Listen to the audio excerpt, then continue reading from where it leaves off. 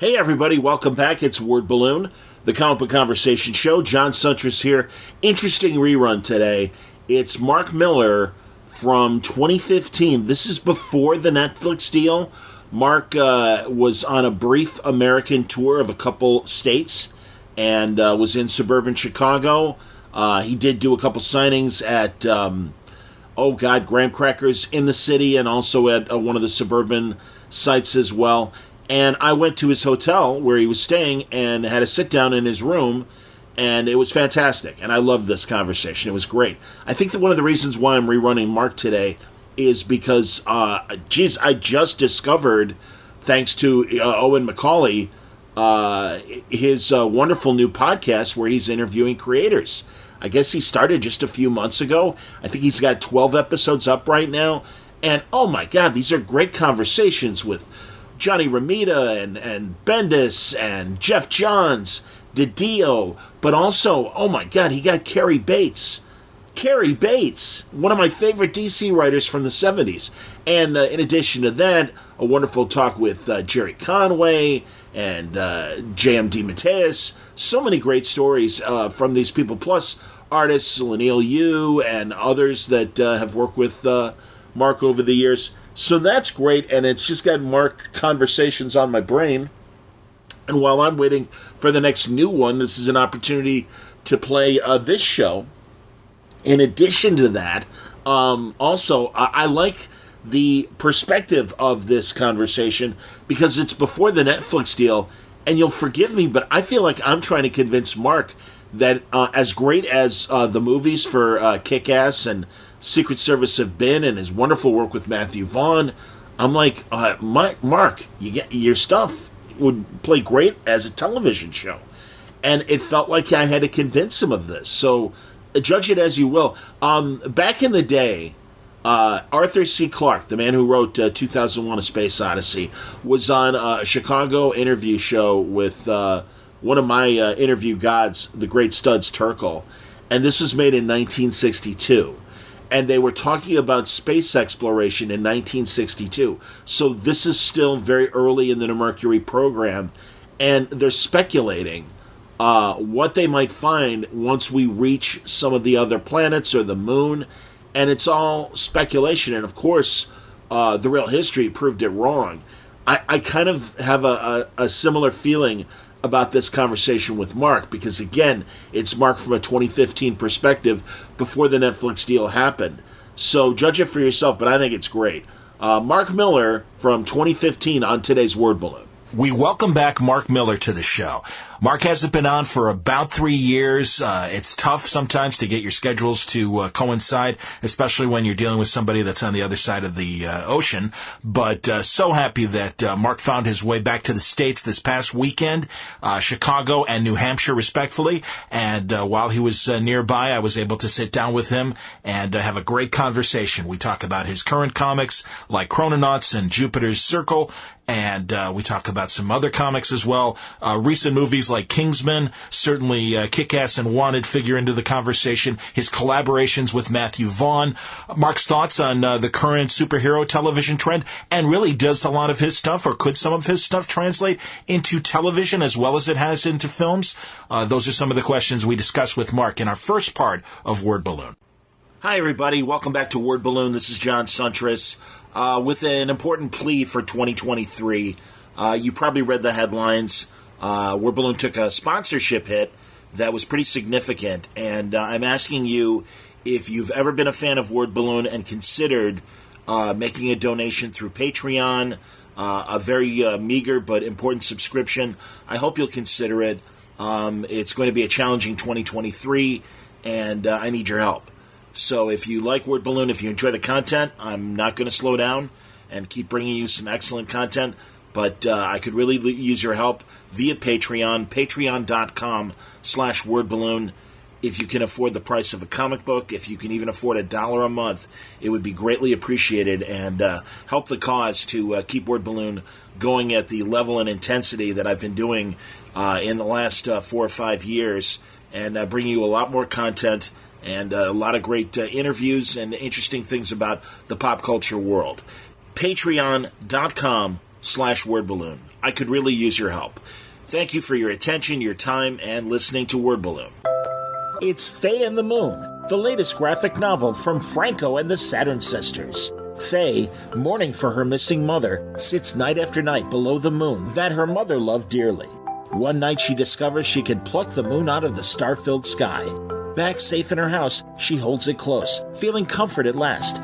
Then Faye loses the moon and finds that taking it has awakened ancient monsters, rats, dragons, and more, who hunt for it for themselves. Will Faye be able to reclaim the moon, find her own inner strength, and save the world from eternal darkness? Faye and the Moon comes from the minds of Franco, whose works include Tiny Titans, Superman of Smallville, Archimaniacs, Itty Bitty Hellboy, and The Ghost and the Owl, and art from the Saturn Sisters, whose animated works include Sesame Studios' The New Neighbors, Hulu's The Awesomes by Seth Meyers, and PBS's Mira, Selkie from the Sea. Pre-order Faye and the Moon now. Available in bookstores and comic shops everywhere, February 21st. Word Balloon is brought to you by AlexRossArt.com. Alex has been a longtime sponsor of Word Balloon. I greatly appreciate it. You got to go to his website. You will find tremendous art from original work, covers, pages, fantastic lithographs, amazing posters. Every price point is covered, and every subject is covered at AlexRossArt.com. You've enjoyed his iconic looks at DC and Marvel, but also great stuff like his wonderful work on the Monkees, Monty Python, so many other great pop culture things that Alex has put his fingerprints on. His wonderful Flash Gordon poster that evokes the fantastic Dino De Laurentiis Sam Jones movie. Recently, Alex did things like the timeless Marvel covers featuring great solo shots of all your favorite Marvel heroes, and of course his Fantastic Four full circle graphic novel still available. All waiting for you now at AlexRossArt.com. All right, let me take you back to last Saturday morning. Mark Millar let us know that he was coming to town, and I was so excited, and I contacted him, and I said, geez, you're in the neighborhood. Can we get together? And he's like, oh, absolutely. I'm staying about an hour away from you. And I'm like, all right. So, and he had a 10 in the morning downtown Saturday signing. So I got up early and met him at 7 in the morning out in the west suburbs of Chicago. And poor Mark is still on, British time and everything. So he had been like walking around since like 2 in the morning, and I met him about 5 hours later. But we had breakfast, and then we went up to his room and had this excellent conversation. There's a little bit of air conditioning in the background, but other than that, as we both are amazed, it is the clearest reception and recording of a conversation we've ever had, including we did one, we kind of mentioned it, the last time we saw each other face to face was in 2009 at Wizard Chicago. And, God, he had this, much like this past weekend, massive signings and massive lines and stuff. And there was just no quiet corner that we could find at the convention center for the Wizard Chicago show. So we went up to the green room where all the celebrities were hanging out. And we thought we were going to be alone. And a guy with his head buried in his shoulders, hands on his head, just aching, was poor Billy D. Williams. Lando Calrissian himself, looking like he had just lost the Millennium Falcon in a poker game. And we're both like, Mr. Williams, I hope you don't mind. We were just going to do this little interview. We hope we're not going to disturb you. And he's like, no, that's okay, guys. I just got to clear my head. And we were like, wow, awesome. Sorry. Thank you. And then we went in our talk. So that interview is on one of the old Word Balloons. I'm sure you can find it. But it is great to have the opportunity to catch up with Mark Millar, and I can't hide my excitement, but I'm sure you're going to enjoy this conversation with Mark now on Word Balloon. My local pub's just gone up for sale. Really? And a bunch of my friends and I were saying, should we chip in and buy this pub? And then we suddenly realised what we like about the pub is drinking in it, not actually managing it. So it'll be interesting to see how this goes. But I think for 5 minutes we were thinking about it and we were working out the maths and things, That's hilarious. If it cost more than $500, we weren't going to buy it. If it's under $500, we'd buy it. I'm going to listen to this. Yeah, this is the quietest backdrop we've ever had, isn't it? It's always glasses clinking and all that kind of thing. Well, yes, yeah. or like I said, it was long distance calls and stuff. Yeah. So and the great thing is both of us have difficulty understanding the other's accent sometimes. sometimes it's like, what was that word again? So, Mark Millar, it is great to see you. I think we were in a 3-year rhythm, and I hope to close the gap and get it a little bit more recent than that. Thanks for doing this. Not at all. This is great. We should warn everybody that I'm jet lagged and I've been awake since 2 a.m. because in Scotland that's when I would have been having my breakfast. So I do apologise in advance. None of this hour makes sense to anyone. Jesus, congratulations on everything. Every year it gets bigger for you, and I think that's wonderful. At least that's our outside perception. But I just truly, see myself getting fatter. Every year I just see myself getting a little fatter. I never see the successful side of it. You're healthy, man. No, and that's I was listening to our first conversation in 06, and you were getting over Crohn's and everything. Yeah. And health-wise, everything's fine. Yeah, everything's been great. Ever since then, that was really a sort of one-off flare-up. Fingers crossed, touch wood and everything. Yeah. Very good. Well, let's start with comics. Yeah. Doing Jupiter's Legacy and Chrononauts. Jupiter's Circle and Legacy. I love the story. Thanks very much. Fantastic. And great to see that you're going into that backstory, because reading Jupiter's Legacy, it's like, I really hope we follow these original characters from the 30s, on and stuff. Tell me about both series. Well, it's funny because before I wrote Jupiter's Legacy, I knew I wanted to create my own universe, right? I wanted to create this universe of characters that had 100 years worth of history and everything. And I actually spent about 8 weeks working out the backstory of all these characters you were never going to see. And it sounds insane, but it was just so I knew the world that the characters were going to be operating in. So I thought, I've got all these notes, I've got all these stories that are really cool, that I really love, and it seems crazy not to make it into a comic. And it was my lawyer actually said to me, I was telling him about it, and he said, this sounds awesome. He said, you should do this as a book in its own right. And I was like, that would be cool. And, because Frank Quitely really takes a long time over his art and everything, the gap between Volume 1 and Volume 2 was going to be around a year. So it seemed perfect, actually, to run maybe a 12-issue series in that time. So the stars aligned, and it kind of worked out well. And it's funny, in some ways, I think I actually prefer Circle to Legacy. There's something about it that's it's the superhero story I've always wanted to write. I wanted to do a period superhero thing forever, and there's something about that Mad Men era that's so DC to me. When I see DC characters in modern times, it almost doesn't look right. Like when I see Clark Kent in a baseball cap or something like that, or Bruce Wayne in sneakers or something, it just seems wrong. I feel these guys should be wearing 3-piece suits and have oiled down hair and everything. They should look like John Hamm or, Roger Sterling. Absolutely. And it just feels right having these kind of classic American superheroes in this period of between 1959 and 1965 where the story takes place.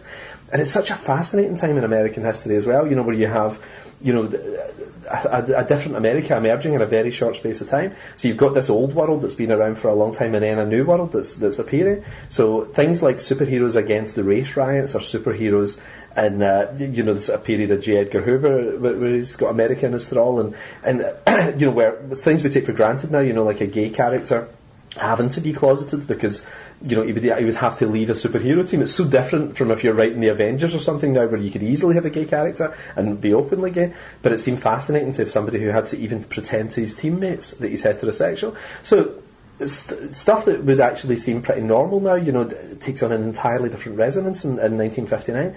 And the story, it just wrote itself. I mean, honestly, I would sit down and write a comic in 3 days. And I usually take about 3 weeks. And the faster I write, the better it usually is going, So, I almost wish this was 100 issues long. It's 12 issues and I've almost finished it, and I'm really going to miss this book when it's gone.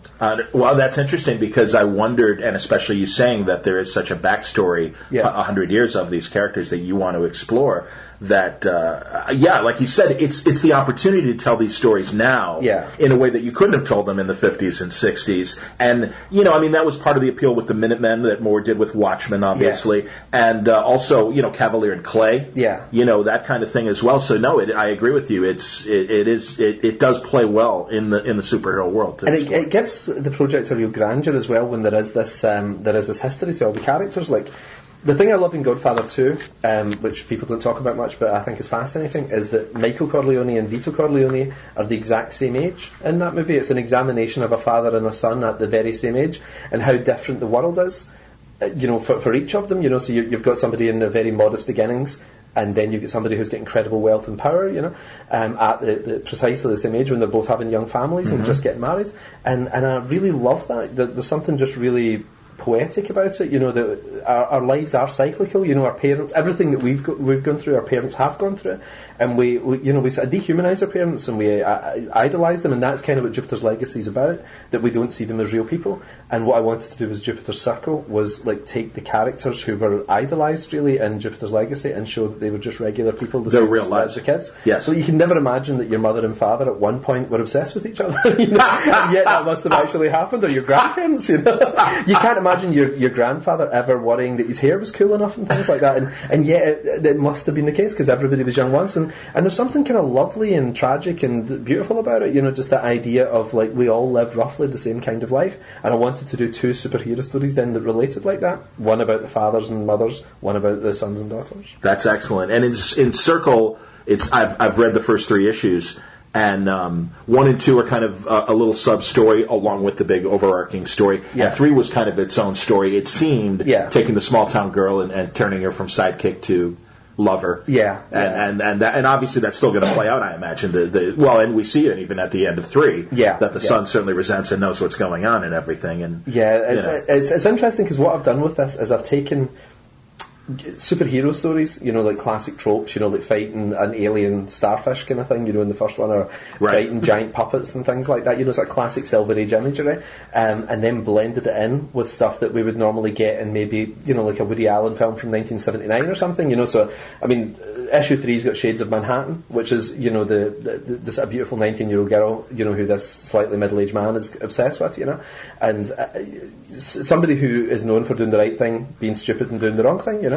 And somehow when you fuse those 2 things together, to me it's quite fascinating. Like it suddenly seemed more interesting when the guy who's making that mistake is wearing a yellow costume, you know. It just suddenly seems more interesting than a regular kind of soap. So it's a fusion of my 2 favourite things. Like I love European cinema and I love superhero comics, American superhero comics, and this is a fusion of that. Like the big superhero adventures tend to take place in the background, and we have these little human interpersonal dramas going on in the foreground, but it does build up into something massive. It does take on a much more widescreen feel as the thing goes on, because the stories do all interrelate.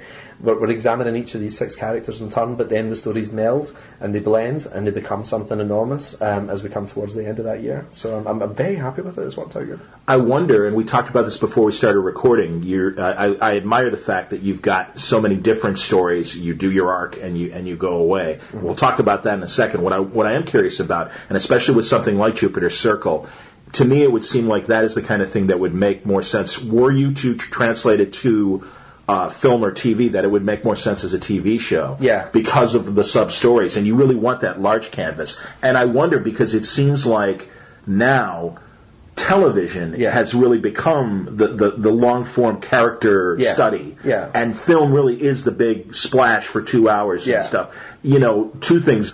Are you able to still tell in your feeling interesting character stories in film? Does television interest you? I mean, when you see what's going on with TV and the longer stories? TV, I'm a very wary convert to, you know. Like, I'm not a massive television watcher. You know, like I'd say since I was 19, I've watched 20 TV shows or something, you know, in all that time. You know, crazy.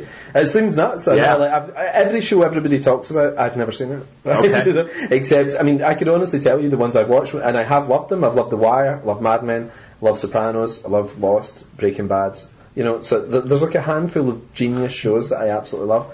Other things, people say to me, you know, buy the box set. You might not like season 1, but it gets great by season 4. I'm like, I'm not spending that amount of time. You know? I agree. So I think if they haven't nailed it by episode 1 or 2, I'm gone. You know, I'm out of there. You know, so like, and it's funny because one of my projects, they were talking about turning into a television show a couple of years back, and I spoke to the guys at the company, and they said, I feel there's not enough material here to run for 5 seasons like you're talking about, and they said, television isn't so much giving you the answer, it's about reeling you along every week thinking you're going to get the answer. And I was like, that's a terrible way really, that is lousy. It's like, I kind of hate the idea of that. Yeah. But sometimes it does work, because the slow burn of Mad Men is what made it cool. You know, absolutely. That's one of the things that there was almost nothing happens, but then in real life almost nothing happens, so that's kind of interesting in its own way. It's where you just get into the character more than the plot.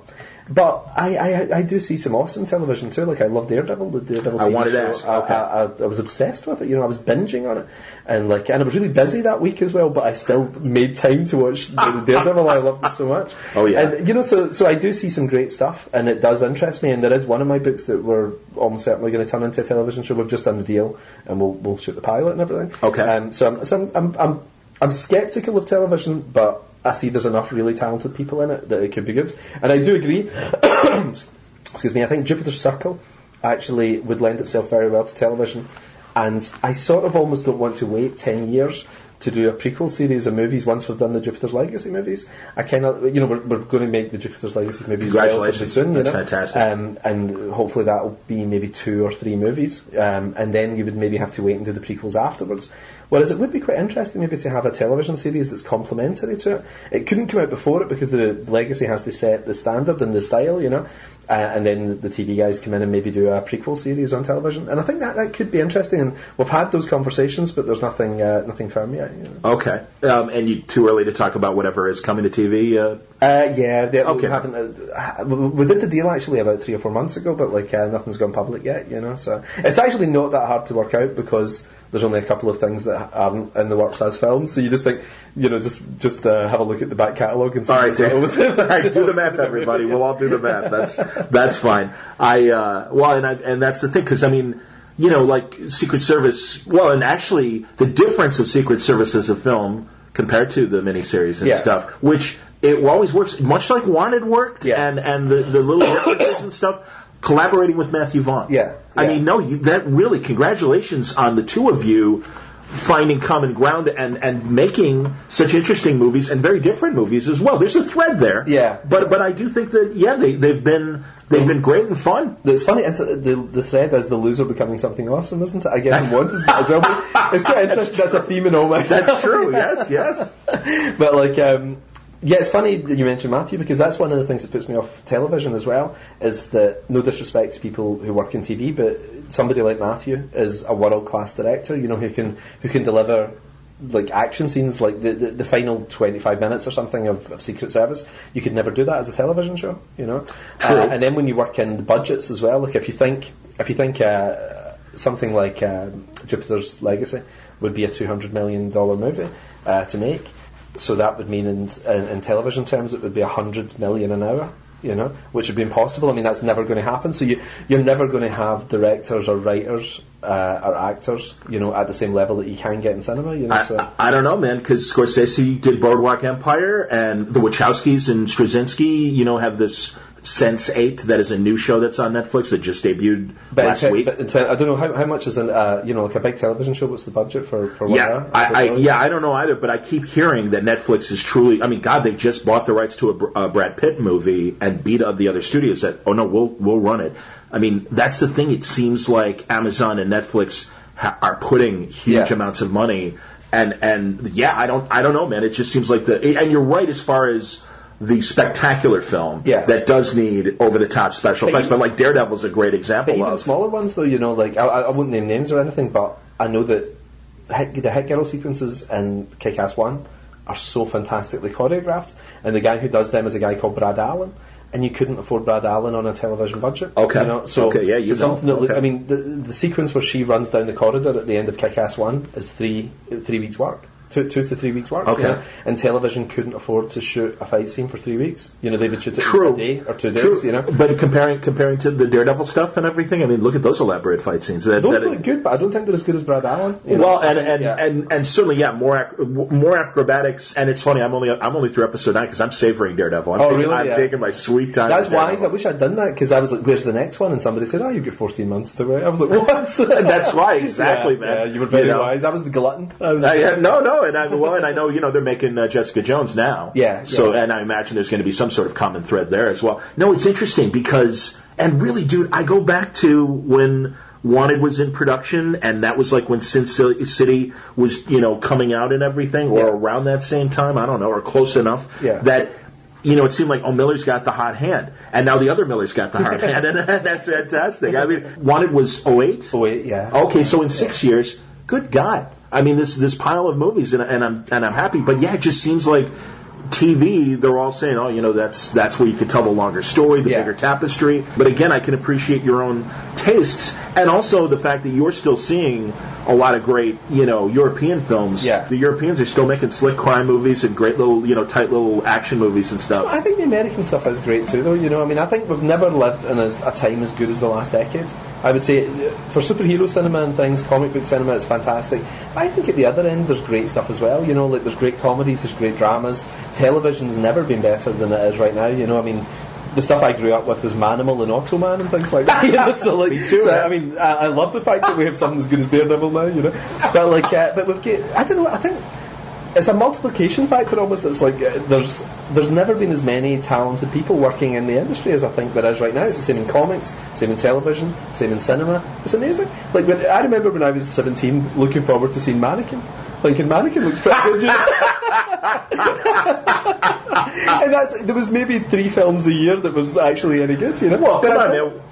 I'm going every weekend. I'm going to cinema every weekend. We were happy to get that Reb Brown Captain America movie, all those 70s Marvel movies.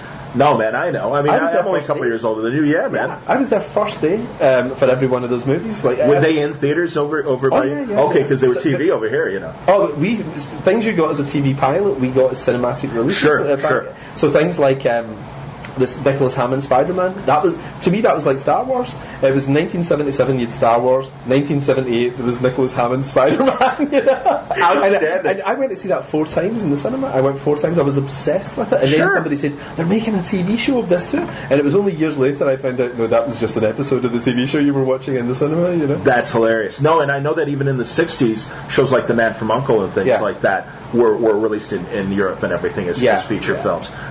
Tell me about the relationship with Fox. It's great. You always think of Fox as the evil empire and everything. Growing up, you always kind of think of Fox as like the guys you're not supposed to like, and I've loved them. I remember walking in. I signed a 4-year deal in August 2012. I remember walking into the first meeting and instantly liking everyone. It was weird, because I thought, what are these guys going to be like? I spoke to them on the phone. They seemed good. They made me the offer to come in and work behind the scenes as a consultant. And I thought, I'll see what these guys are like. And the execs could not be smarter, more in love with the material, And I think you see it in the movies. There was a changing of the guard at Fox, really, in 2012. And the wave of people who came in. Were you signed by the new regime? Yes, I actually was in the week of the changeover, so it was kind of weird. I was like, what's going on, and I was in every day that week, so it was quite a kind of weird time to be in the building. But the guys who run the show there are great, and they've got such an incredible knowledge of the material and the love of the material, and it's not what I was expecting at all. I thought it was going to be, okay, we have all these franchises, this is a little Marvel pile, this is that, but a lot of them grew up with the stuff, and they really know it and they really like it. And I think especially the guys who came in at that period, it's from the first Wolverine movie, X-Men Days of Future Past, Deadpool, Fantastic Four, Age of Apocalypse. This is the movies done by this regime at Fox, and I think the quality is incredible. I think we always think of the stuff that isn't happening at Marvel Studios as the stuff that's not the real deal and everything. As fans, we think that. But I think when I look at the standards and the level of directors that have been hired, the level of writers that have been hired, I think it's at least as good and in some cases better. I think Days of Future Past is the best of all the X-Men movies. The plans I'm hearing about for the next Wolverine movie sound spectacular. Deadpool looks awesome. Fantastic Four looks great. Everything looks interesting. There's no journeyman directors in there. Every one of these guys who's been hired as an auteur, and as a fan, that excites me, because what made Spider-Man work was an auteur like Sam Raimi. What made X-Men work was an auteur like Singer coming in, and I like the fact that it's not some sort of a business that's running this show as such. It's the creative talent, and that's what drew me in. Joe Carnahan at the time was going to be doing a Daredevil movie as well, and I remember just hearing these names and meeting these guys and thinking, this is where it's at. This is the stuff that's exciting me most right now. So when an auteur like Vaughn, when you guys have a difference of how you see the film versus what you wrote and everything, how does that go? Very relaxed, actually. Matthew and I, we've got a real shorthand. We're really good friends. We met in 2007, I think. So we've known each other about pre-production of Wanted. or prior actually, to no, Wanted? we met. Oh no, because Wanted was and also the other director too, right? Yeah, it was Timur. Yes, Timur. Yeah, no, okay. Matthew and I met through a mutual friend, Jonathan Ross, who's a big TV host in the UK, and Matthew. It sounds insane when I think about it, but Matthew was doing the Thor movie at the time, and Jonathan told me some of his plans for it, and I wrote Matthew a note, and I said, you know, I really disagree with some of your plans for the movie. And I must have seemed like a nutcase or something, you know, and Matthew phoned me up. And he just said, you're very frank, aren't you? And I was like, well, yeah, I guess, you know. And we talked for about 3 hours, and we just got on like a house on fire. And he said to me, look, you know, I've got a movie coming out called Stardust in a couple of weeks. Why don't you come down to the premiere? And I came down and we hung out and everything. And we got on really well. It's funny, our lives could not be more different.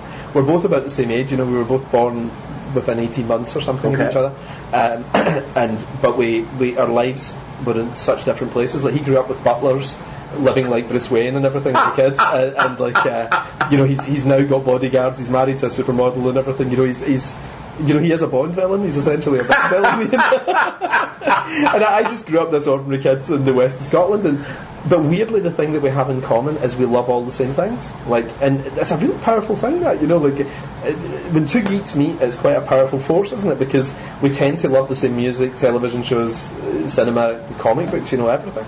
So Matthew and I just talked about how The Incredibles. I remember our first call quite clearly. We talked for about an hour about The Incredibles, of how it was the most perfect superhero movie ever made, you know. And we were stripping it down and talking about what was awesome about it and everything. And we were just like two guys who thought along the same lines, and we thought, you know, we should do something together. And Matthew said, have you got anything that you own the rights to? Because I was working at Marvel at the time.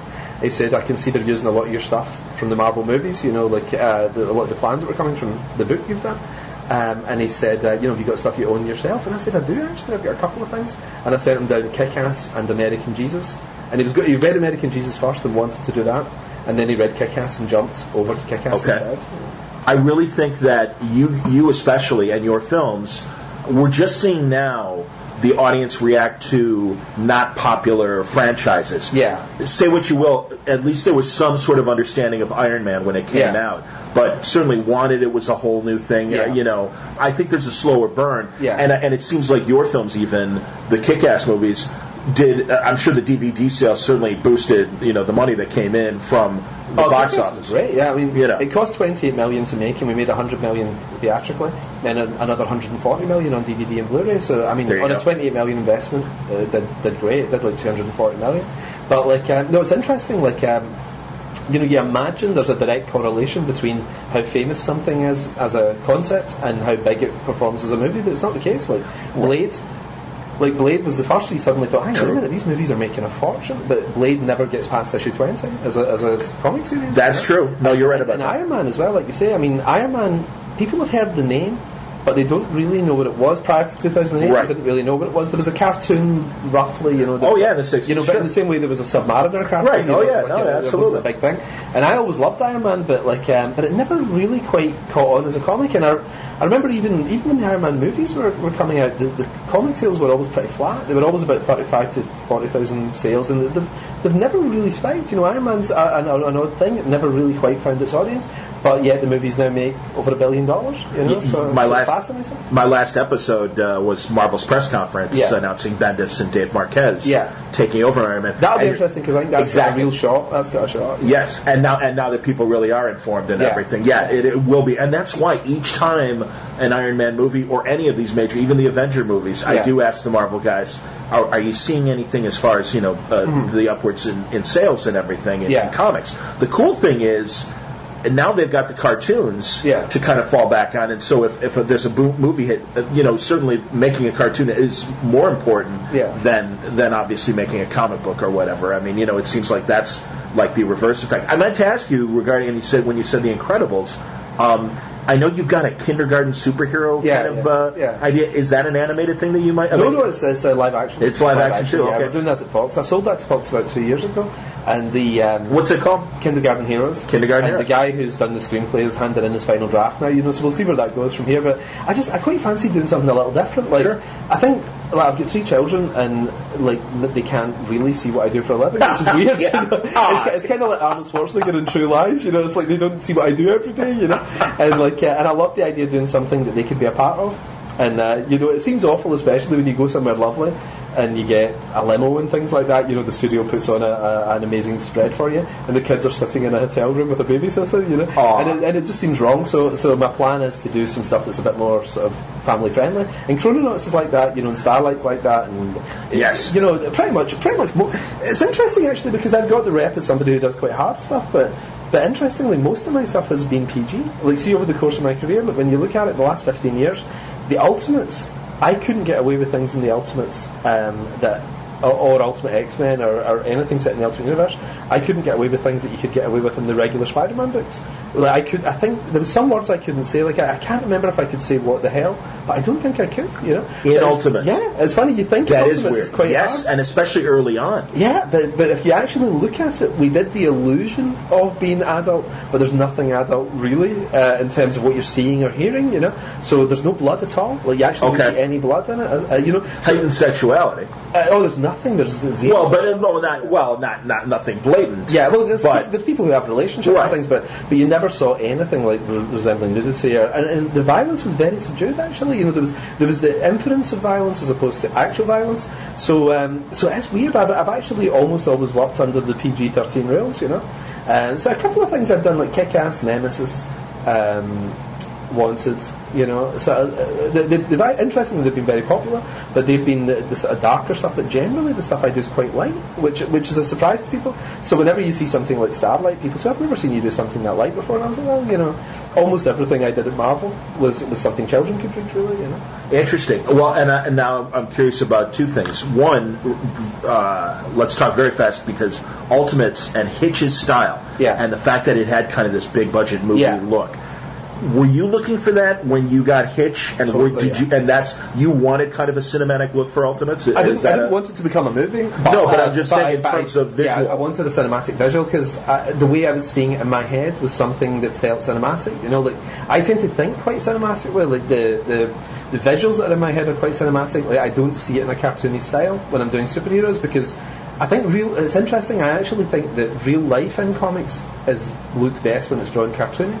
Because real life photographic is kind of boring. It's kind of like real life, So when it's something that case in point, like Jupiter Circle, exactly. When you've got lots of talking heads and things, I think to have photographic looking talking heads is dull.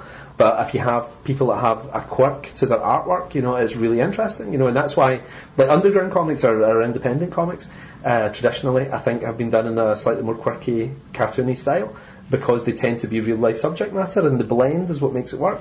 And I think what makes superheroes work is the realism, so you juxtapose two opposites to make something interesting, So I think, like, seeing somebody fly in a cartoony style isn't that interesting, because it doesn't look awesome, because everything looks a little weird, Whereas if you see something photorealistic, that's something that couldn't happen in real life, then suddenly that blows your mind. You're like, this is amazing. So whenever I was putting the Ultimates together, there was two artists that Marvel had suggested I worked with, and I was like, I'd rather not do the book. And when I think about it, I was quite stubborn for a wee guy that was just starting out at Marvel, Who were the guys that didn't make it? Oh, are you kidding? I'm never going to say that. I'll tell you what, they're actually both great artists, but they were just wrong for this project. If I was doing Spider-Man, one of them would have been fantastic. If I was doing X-Men, one of them would have been fantastic. But Ultimates, I very clearly saw that it had to look like real people who happened to be wearing clothes. And my big inspiration for it was John Buscema's Avengers. I remember reading that as a really young kid, like when I was about 5. I had this Treasury edition, the giant-sized Treasury edition, and I remember seeing this thing where the superheroes were sitting about wearing coats and things like that, just raincoats, and they were having a coffee and things. And I remember thinking, even as a kid, like, this is amazing, because they seem like real people, and I wanted something that harkened back to that. And you've no idea what a hard time I had getting this book off the ground, though, because nobody wanted to do it. Right? Like, Marvel at the time had no interest in the Avengers franchise. Like, I remember when I was in the office a couple of times, I'd pimped the idea of doing this, and they said to me, nobody's really that bothered about these characters. Like, they are old characters. We should focus on Spider-Man and focus on X-Men. And I was like, yeah, but I love these guys. I feel they're really untapped. And they were like, why don't you do an Ultimate Wolverine book? Because I've been doing Ultimate X-Men. Sure. And I was like, but I'm doing Wolverine already and X-Men. I said, honestly, I believe in these characters. And I said, Ultimate Avengers would be amazing. And they said, but the Avengers is such a kind of like unsexy franchise. And I was like, I can't believe I'm hearing this, They said, why don't we call it something else? So we spent weeks trying to come up with a title, and that's why it got called The Ultimates, because nobody wanted to do the Avengers. Ultimate Avengers, and Avengers didn't really... It took a while before people started to feel those characters had any worth, which was nuts. It was crazy, because I think even then, although they weren't selling massively well, I think Cap, Thor, Hulk and Iron Man had, maybe not so much Iron Man or Thor, but certainly Cap and Hulk had a mainstream recognition. Like, you could go to somebody in the store across the street from here and show them a picture of Captain America 15 years ago and they could name him. They knew who he was. So I always feel that's a really powerful thing. You've got something to build on then as well. So I'd had this idea in my head for a little while of how you could do the Avengers, and but I'd had a lot of good grace with Marvel because Ultimate X-Men had launched at #1, so they were keen to get another book out of me. And I really dug my heels in. I said, I really want to do this Avengers book, and they said, okay, but here's the artist, and I was like, it's not the right artist either, So I must have seemed like such a pain in the ass to these guys, but I fought for Brian Hitch, and Brian had signed up to work at that, you remember CrossGen, that company? Oh, of course, absolutely, yes. Brian had signed a 3-year contract or something with them. And to Marvel's credit, they were great. Like, once they saw some of the plot ideas and things that were coming in, they said, yeah, I could see this working. And they actually paid a lot of money to get Brian Hitch out of his contract and brought him over to do the Ultimates. So I just knew Brian was the right guy. Like, if somebody else had drawn it, it wouldn't have looked right. Like, Brian made it look expensive. Yes, absolutely. Everything that was happening looked cool. Everything, like Captain America in costume looked like a man wearing a Captain America suit. Yes. And it sounds so weird, it's so subtle, but it looks different. Most people draw costumes that look painted on. Brian looked as if they'd spent 10 minutes getting ready into that costume.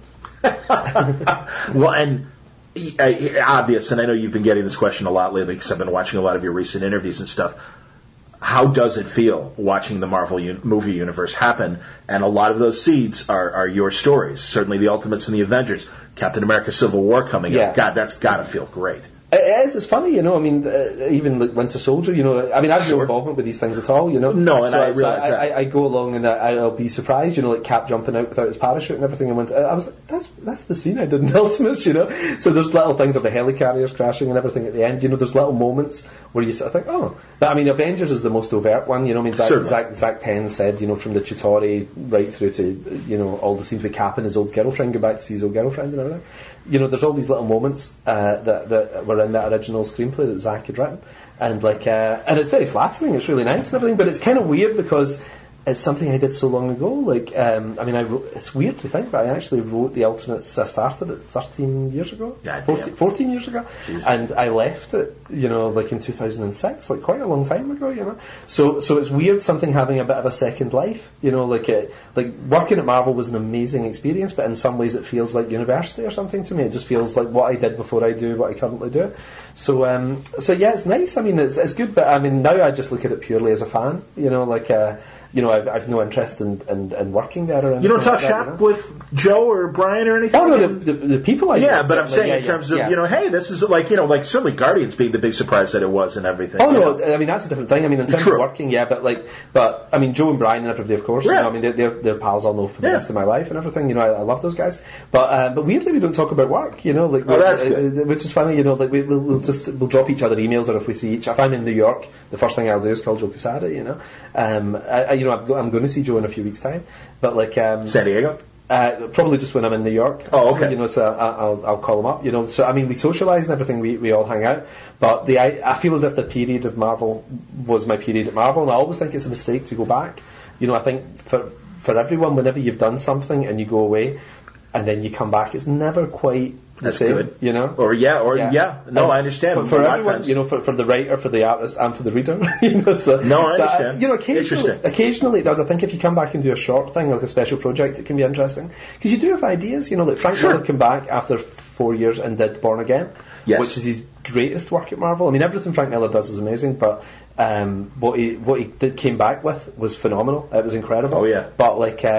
But if he'd come back and maybe done a 5-year run or something, he might not have had that same energy that he brought to 6 issues, So I think I would never rule out doing a special project or something, but I think I would never come back and do a 5-year run or something like that at Marvel, Yeah, and I think, to be honest, I wonder if those years are really kind of over, with very few exceptions. It really doesn't seem like these days. Yeah. You know, and also there's something we started talking about before we started recording I want to get back to, and that is the generation before you, the pinnacle was DC and Marvel. Yeah. You and Kirkman and Hickman and Brian Bendis and Grant and all these guys have now shifted to this, let's make our own stuff. Yeah. We've made our name at DC and Marvel. Let's bring our brand and our readers to our stuff and everything. Yeah. And just this evolution of the business. And you were saying, too, that you're impressed with how smart and how business-minded the creators have become. I think it's really interesting because I'll always side with the creator over a company, always. And it's funny because companies have incredible brand loyalty. Like, as a kid when I was growing up, I loved Marvel and I loved DC. I never thought of it as human beings who were making the stuff. But the guys who created that stuff were generally not rewarded. It's just that was the times they were in. You know, it's not that anybody's evil. That's the corporate structure. And it's sad, you know, like we saw some incredibly talented people, you know, dying in not great circumstances to the point where we have a comic book charity now, you know, to try and help people who are in dire straits. So I think we've learned a lesson of 2 generations of people who were kind of ripped off, you know. And there's a lot to thank the Image guys for. And I don't think they're given enough respect, actually, because they changed the game. Like, Kick-Ass, Wanted, and all these things would have been owned by Marvel or DC if it hadn't been for the Image guys. Like, I'd have had no choice, because where else would I have gone with them? You know? Yes. So, like, so we owe them so much, we really do. And I think these guys, they don't get a huge amount of respect, I feel, you know, certainly from the fan community and from other creators. The original those Image guys. 6 Image guys. Yeah. But they took a gigantic gamble. I mean, these guys were making $2 million a year at Marvel back in 1991, 92, and then going over to give that up and to go to potentially bankruptcy. You know, like, that could have been a complete disaster because they were up against Marvel and DC. And the fact that they made that work for them and made it work for all of us is incredible. It's so good. But what I love now is the savvy comic creator. I love the fact that people aren't stupid anymore, and they're sort of encouraged to be stupid, you know. Like, the companies do quite like it if you're stupid, you know. They love it if you give them a character for free, you know. It's in their interest for you to be stupid. So if a comic book creator gets savvy, nothing makes a corporation more nervous, you know. So what you're getting, I think, at Marvel and DC is obviously since probably the 70s, not much in the way of new characters, because people are smart enough to know, don't give your work away for free to these guys. But what that meant is, I think, very few new characters being created anywhere because there wasn't many outlets for them. But in the last 10 years or so, people have taken advantage of that Image setup. You know, people didn't quite get what it was for a long time. You had a decade of people not really using it, but certainly in the last 5 years, massively, the last 10 years really to some extent, you've had an explosion of new characters, and it's good for us, it's good for pop culture, you know, because it seems crazy in a way that we often, you know, we're working on characters that are 75 years old and bringing back villains that we've seen come back 20 times, 40 times or something. So it does seem quite interesting to me that suddenly we do have a world where there's sagas and sex criminals and all this kind of thing. There's all these great new ideas out there that people can hopefully read for the next 75 years. I was trying to think of a word beyond calling it university in terms of where DC and Marvel's period is. It's almost like an apprenticeship, where you really do get your skills and you really do reach that A level and everything, and you get to play with the big toys. Which is very exciting, actually. It's great fun doing that stuff. Yeah. We talked also, and it was interesting, we were having breakfast with a guy who had a Central City track team T-shirt on, and we were talking about logos and how important it is, and it seems, you know, from a marketing standpoint, beyond the story itself, how much do you think about the toys and things? Because certainly for the big two, that's the real gravy. That's the real money. Even, you know, as on par with television and film. Yeah. But you know, comics are the last thing. There's certainly a healthy living to be made from publishing books. Yeah. But do you think about that other side? I never think about it when I'm writing it, you know, because I think you go mad. You end up with He-Man and the Masters of the Universe. I just talked to Tim Seeley's book about the He-Man. Go on. That's a great book, by the way. That's really nice. I just got that book. I'm going to tell Tim that you said that. That's why he'll hopefully hear this. I'm actually a big fan of Tim Seeley. I've been picking up all of his things, you know, but that book is fantastic. I love that. That's on my coffee table at home in Scotland right now. Genuinely, I got it last week. But but I think, you know, if you think too much about what something could become, you end up with something not very good in the first place, you know. So if you sit down and you actually think, you know, that this character I'm creating right now would be an amazing toothbrush, you know. then you're not going to write the best story. This is true. And it's funny, like Kick-Ass, for example, I never imagined Kick-Ass would have a life beyond a comic, because it's such an odd concept, isn't it? You know, it's an unattractive hero with no powers who's not very good. Yeah. You know, and he's no money, he's got no gadgets or anything like that. So I never imagined that would have a life beyond a comic. I just wanted to write that story, you know. So then what happened was, suddenly we've got a Kick-Ass and Hit Girl Pez dispenser, and we've got Hit Girl bags, and we've got hoodies with Kick-Ass with zippers on them and everything. And it's fantastic. I mean, I love it. I love walking into a store like HMV or something in the UK and seeing a wall of my stuff as toys and things. It's great. But you can't think about that going in. You know, you just have to, when the book works out well and there's a movie or whatever, then you talk to some merchandising people, you know, and you get a company to maybe license this stuff out, and it's fantastic. I mean, I remember hearing when I worked at Marvel that Spider-Man toys made more money when the movie was out than the movie made. I believe it. I think the toys made something like 1.1 billion. I believe it. The movies made 800 million, you know, and like. So, I mean, financially, it's fantastic for creators as well, because you get a little piece of that. Sure. Bob Kane, that classic example and everything. Yeah, I mean, you know, in the 40s or 50s saying, hey, is it okay if I just have a percentage of the merchandise? Yeah, whatever, kid. Multi-millionaire until the end. I mean, you know, that's wonderful. Chrononauts, we didn't talk about it. I want to, because great, again, really good for you that you're able to get these wonderful artists like Sean Gordon Murphy, and obviously, you know, he made his name prior to working with you as well. But I love the look of the book, but also just the fun of it. And there's another odd kind of, you know, duck of a comic book. Yeah, I can think of Cinematic, I guess. You know, it's kind of Back to the Future on steroids. It's like Buddy Cop movie meets Back to the Future, I suppose. Yeah. But even more, and we haven't seen consequences yet of all this meddling of you know, taking selfies during JFK's assassination or the like. You know, it's hilarious. And we're about to twist and everything and get into, you know, some repercussions, obviously, after issue 3.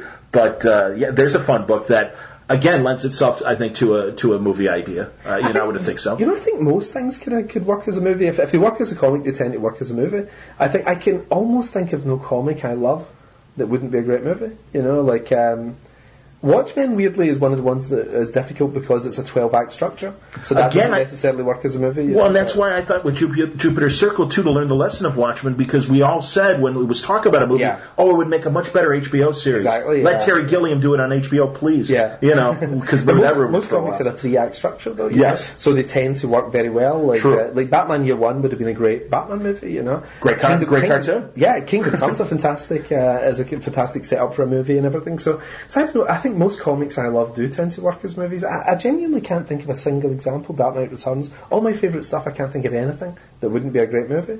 You know? That's fair. The Marvel Zombies and really the whole zombie craze, because you started it in Fantastic Four. Yeah. They get Kirkman to write Marvel Zombies. Yeah. And also, of course, Kirkman's doing Walking Dead. Yeah. But it is kind of funny that you were like early on and saying, hey, you know, zombies are fun. I remember I actually pitched the series called Marvel Zombies to Marvel. And nobody liked the idea, but you know, everybody said this is sucky, you know. And there was one guy who liked it actually. Axel Alonso liked it. I remember around the table, Axel Alonso says, "Oh, that's really cool. I like that." And Axel's great, you know. And he called me afterwards and he said, "I think there's something in that." And then I had breakfast with Joe Quesada the next morning, and I was a bit bummed because I thought I could do this Marvel Zombies book.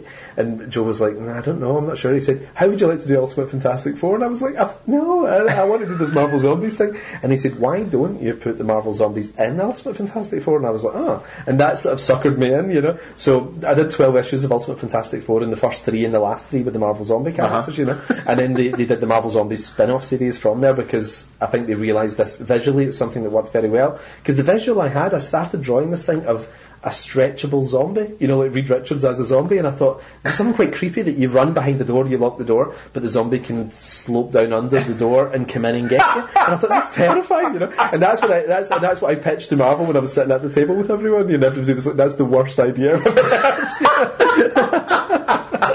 Well, and Civil War, I remember, was an afterthought because they were going to do a different event, and you and Brian are like, "This is not good." Yeah, that was one of those things. We used to do these 3-day plot sessions, you know, where we'd all get together and think about the next 6 months or the next year. And I remember the idea was to do Planet Hulk. Planet Hulk was actually going to be a big Marvel event, and I just didn't feel it. I thought it was a great story, actually. I love Planet Hulk. I think Greg Pak's terrific, actually. Tremendous story. And it's I remember the sales just going up and up on the Hulk at the time. It was perfect for it, but it felt like a Hulk story. It didn't feel like a Marvel event. And that happens a lot on recent events as well. Yeah. Go on. That are blown up too big. I think it's important, that you have an ensemble of characters in an event, and that's what's interesting to see these guys pulled into the same story. So when it's all just based around the Hulk, it didn't feel right, and we all felt it. We were all like, "There's something not right here." And day one, we were like, "Not sure." Day two, and then Joe was saying, "Who wants to write it? Anybody up for this?" And we were like, nobody was feeling it, And then it was day three, just at the very end of the whole retreat,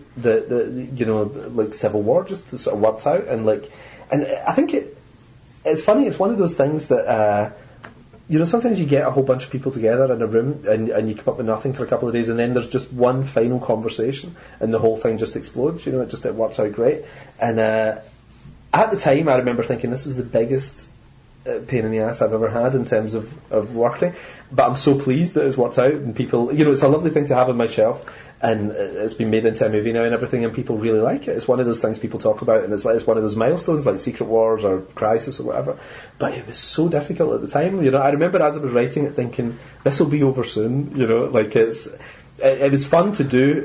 Is it from a pressure standpoint, or just the fact that there are so many other people? Just all the other people involved that are doing their sub-stories and stuff. Oh my God, yeah. I mean, I remember Marv Wolfman talking about this. As a kid, I used to read interviews with Marv, and he would talk about it being a nightmare because guys would cross over with Crisis on Infinite Earths, and you couldn't always quite control things. But Civil War became such a beast of its own, that we were having pretty much every Marvel title tying in with it every month for the entire run of the book. And the book actually ran for about 9 months because there was a couple of delays. Yes. So you had literally dozens, if not hundreds, of titles that seemed to tie in with this book, and I didn't even read them. There was just so many, and a lot of people are late with their books. A lot of people are changing their scripts as they're going along. Certainly. Things were changing. And sometimes people just wouldn't do what you told them. So yes. I was writing the core book, and I would say, right, okay, you go off and do this with your character and everything, and, for this issue between issue 4 and 5, I need this to happen if your character's coming in here. And people would just go and write their own thing. It was like, it was like juggling gas. It was the maddest thing. Well, and I saw you at the Scottish Film Festival talking about this as well. And it's funny you mentioned, because the hosts were saying, oh man, Spider-Man now being able to be in the Marvel movies, this is great for Civil War. And you're like, that was only 5 pages in your story. Yeah. But it was such a huge moment in the event. Yeah. Played out in Spider-Man too. Exactly, yeah. And so it is interesting that what was 5 pages to you really was this major moment in Peter's life where suddenly he's exposed and everything. Yeah. And the repercussions. I mean, I do think I don't know what their plan is in terms of Spider-Man for Civil War, but I do think it would be weird to have Spider-Man expose his secret identity when they just get him back in the Marvel Cinematic Universe. Yeah, I'm not I didn't see that happening. I don't think so either. The Spider-Man stuff is the least important part of Civil War. To me, the whole point of Civil War is also not the secret identities thing. People get really hung up on the secret identities thing, but it was not a factor in the story really much at all, because most of the characters had been outed at that point anyway. Like Cap's identity was known, Iron Man's identity was known. Really, there was only about 3 or 4 characters who weren't. So the big thing was, do we work for the government or don't we work for the government? Are we licensed like cops, or are we rogue agents like vigilantes? And that was what Civil War was about, and I think that's what the movie will be about too, because there isn't enough superheroes for it to be that interesting with the unmasking. Do you think, is that a conceit, the secret identity that is going away? Because and it works wonderfully for Jupiter's Circle when you've got a private life and a public life. Yeah. And I can see that still working today. Yeah. But it does seem like, in general, the big two are moving away from secret identities. I think they have for 15 years, but one thing that I'm really, really sort of pleased about is that they have, because now I'm reclaiming it. So in Jupiter's Circle, I love writing the secret identities. It's like, I think they've forgotten how cool a secret identity is. Like, the secret identity is the interface between the hero and the reader, because he's like us. We can imagine being Clark Kent in a way we can't imagine being Superman. Peter Parker we identify with in a way we don't with Spider-Man. So I do think there's something wonderful about it, and I think it's great for scenes as well. Like, there's great moments, where you have a problem happens. A superhero in a secret identity has to get away and change, and that's when you're in for fun. That's like the wink to the reader that you're about to see something awesome, like Clark Kent running into a broom closet and flying out of a window, or Peter Parker, changing into Spider-Man, or Captain Marvel, Billy Batson saying the word Shazam. Like, these are the moments where it's like a signpost to the reader that things are about to get exciting. And when you lose the secret identity, you kind of forget that. So Jupiter's Legacy is all about rediscovering what makes superheroes awesome. You know, like, we start in that place that superheroes have been in for 10 or 15 years, which is the first couple of issues, where it's the celebrity superhero and they want to change the world and all the sort of tropes that we've really done for the last decade and a half. But what it's done is it's a re-examination of the baby that was thrown out with the bathwater, and the concept of heroism now is actually fascinating because it's something that we don't see all the time. You know, like the idea of the altruistic superhero who doesn't want a merchandise deal and all that kind of stuff. You know, all the sort of 21st century tropes of superheroes. To actually strip it right back to the almost golden age idea of somebody with a secret identity who helps people when there's a crisis. Like, that is so old-fashioned that it's kind of almost new again. So Jupiter's Legacy is all about rediscovering that, and we obviously play around with that in Jupiter's Circle too. That's excellent. Are there things that are happening in current events? I've always appreciated your following of what's happening now, and you've been very vocal and also done interesting little, like I remember your Tony Blair, George Bush, Are We Doing the Right Thing kind of thing you did for one of the newspapers, I want to say. Our current events, feeding your story ideas. Yeah, always, yeah. It's funny, they do in subtle ways. Sometimes you don't even realise you're doing it. Sure. Know? So, but I find myself, I'm more influenced by what's happening around me than what's happening in an issue of a comic or whatever, So, and I think that's a good way of reaching a mainstream audience as well. I think if you tell stories about real people and real events, but wrapped up in genre, that's like a classic science fiction idea, isn't it? The best science fiction isn't about the future, it's about the present.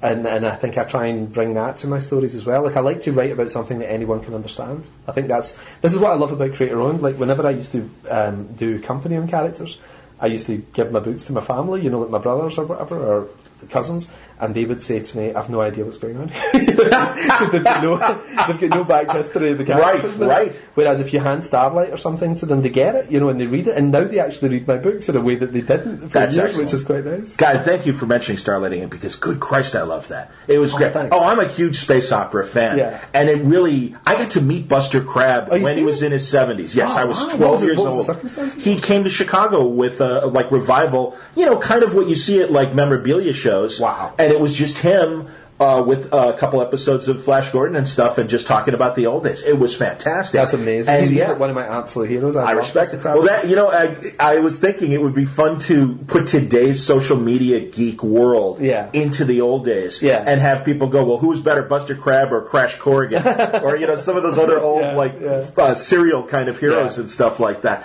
So. Yeah, I'm thrilled that the movie is in development and everything, and God, I can only imagine some of the great older action heroes that you can get. I love Liam Neeson and everything he does. I don't want him to do everything, and I really think you've given another opportunity for a really interesting geriatric, hero. Well, We're never going to get anyone to play this now. No, but I don't want George Burns. I'll go back and do Starlight, no problem. But I think there's a little window for an actor, somebody between the ages of about early 50s and early 60s for this, and there's quite a few guys at that age group, because the movie stars that we grew up with are about that age now. Right. So like Tobey Maguire and those guys were sort of eclipsed by the characters that they played. The Spider-Man was the movie star. Christian Bale wasn't the star, it was Batman.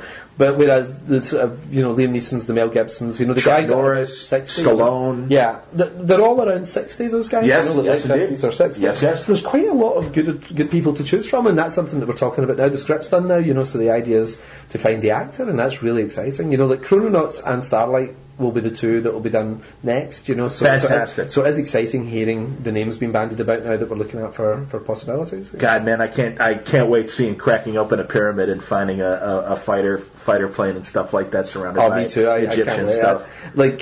The team that's doing this, I feel so confident with. It's the guys who did Fast and the Furious 7. So fantastic! They know how to make big commercial movies. Yes. And we've got one of our two Chrononauts signed up already. We know who the other one is that we want and everything. So hopefully soon we'll get an announcement with those two as well. So I don't know. It's happened very fast, but it suddenly is starting to feel very real. It's exciting. I really hope Super Crooks happens at some point too. And I know you were working with that Spanish Nacho Vigalondo. Yeah, man. Yeah. And what was this movie? Timescape or Time Crimes? Yeah, I watched it. I watched it on your recommendation. Oh, absolutely. absolutely, man. That was fantastic. So he's in it. He's the guy with the beard. I didn't know that. That's excellent. Yeah. Oh my God. Are there any other European filmmakers we should watch for? Because all we get is mostly, like I said, the American stuff. Nacho's actually about to become a big deal. Like in the US, he's already a big deal in Europe. But like Nacho's budgets have tended to be between €1 and €2 million at the moment. But what's great is he's about to do a movie that's like $10 million.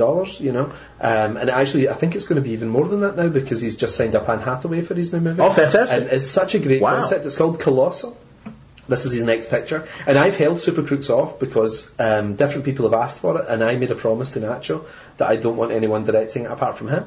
And because Nacho had done these €1 and €2 million movies, they were worried about giving him $40 or $50 million because they said, well, he needs to do a sort of effects picture or something first before he, which I think is ridiculous, but because you're either a good filmmaker or you're not a good filmmaker, and he's great. And I said, well, I don't want it going to anyone if it's not going to be Nacho. So I don't know, we'll see if the Anne Hathaway movie works out really well. Hopefully Super Crooks could be his next thing, which would be fantastic.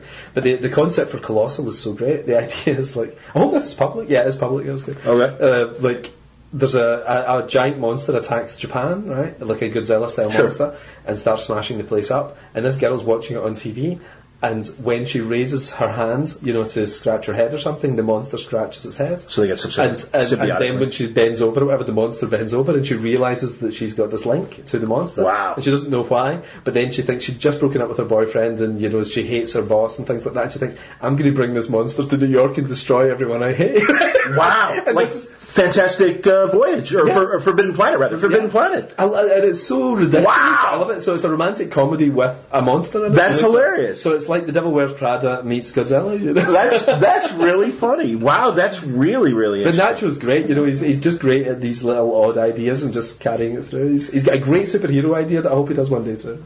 How much did you get a chance to meet and kind of talk to Josh Trank with Fantastic Four? Yeah, I spent quite a bit of time with him when I first started over at Fox, actually. And then the purpose of my thing is it's not so much to sit with the directors.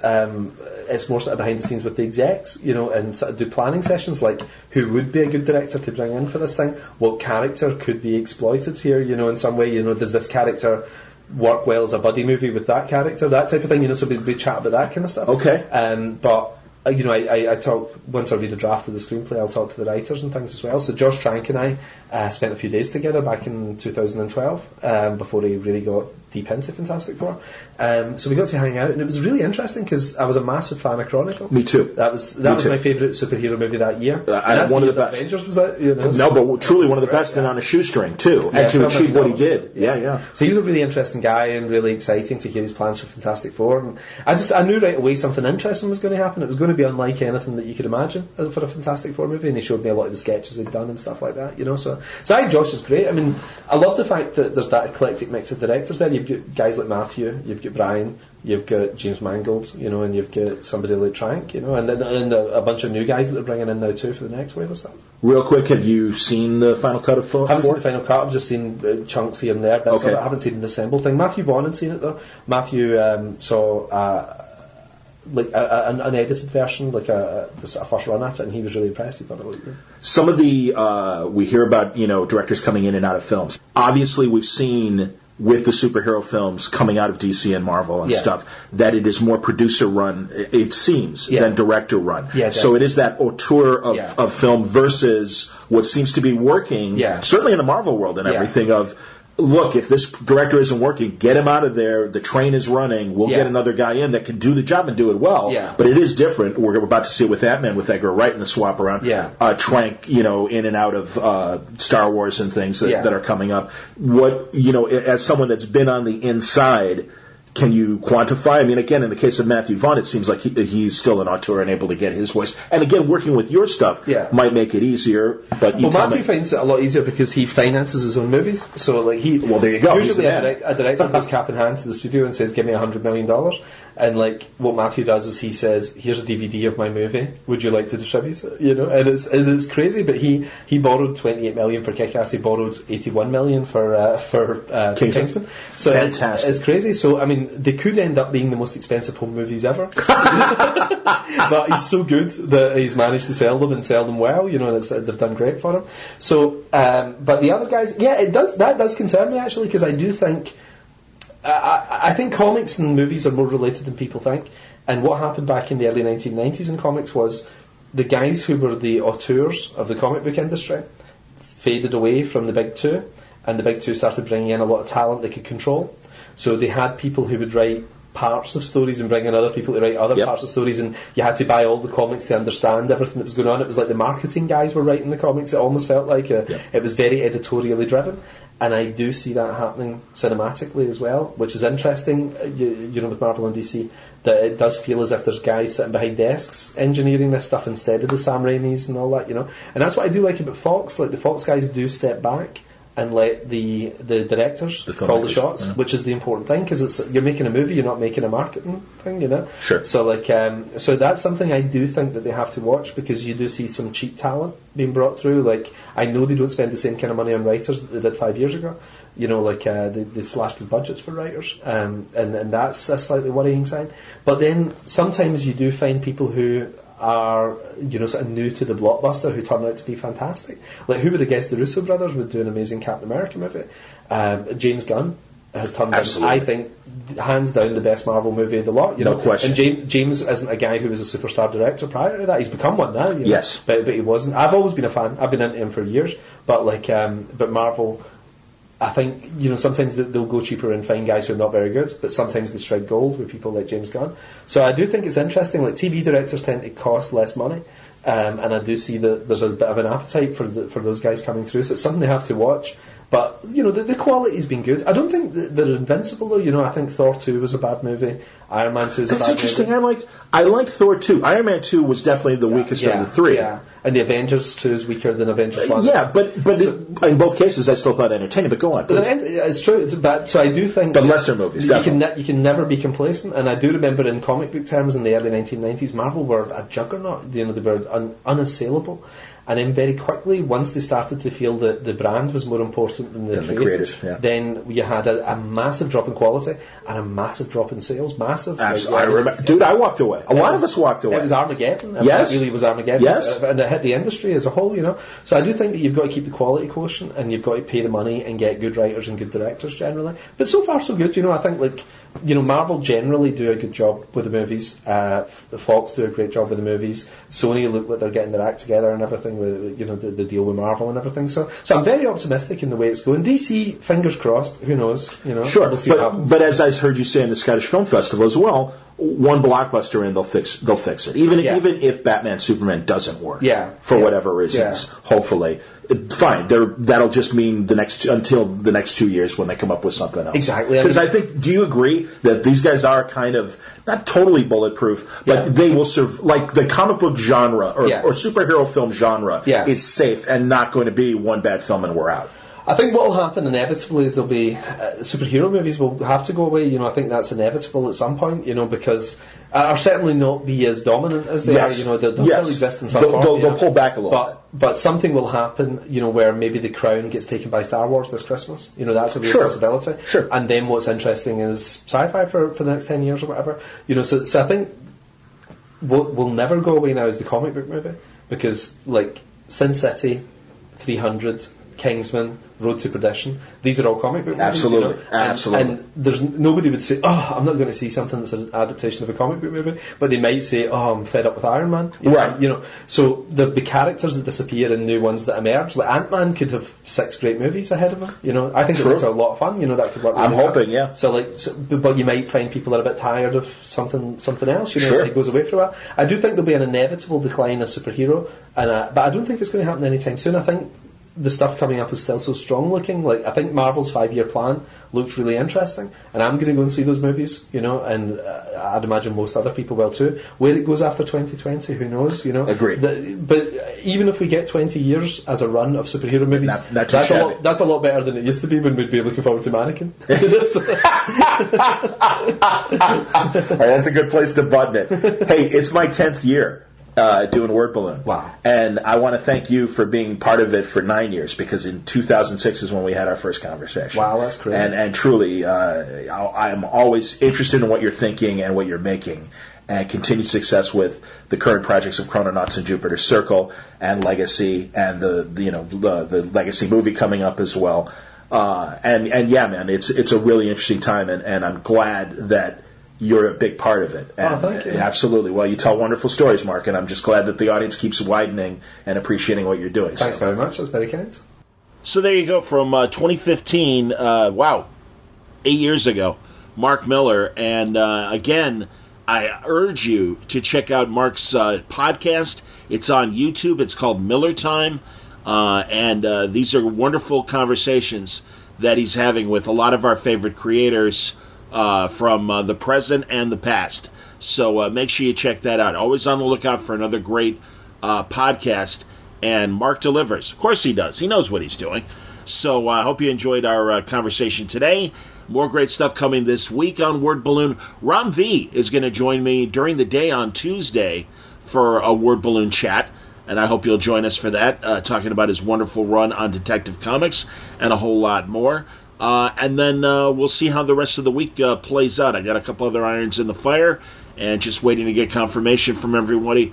But you can definitely count on Ram V on Tuesday here on Word Balloon.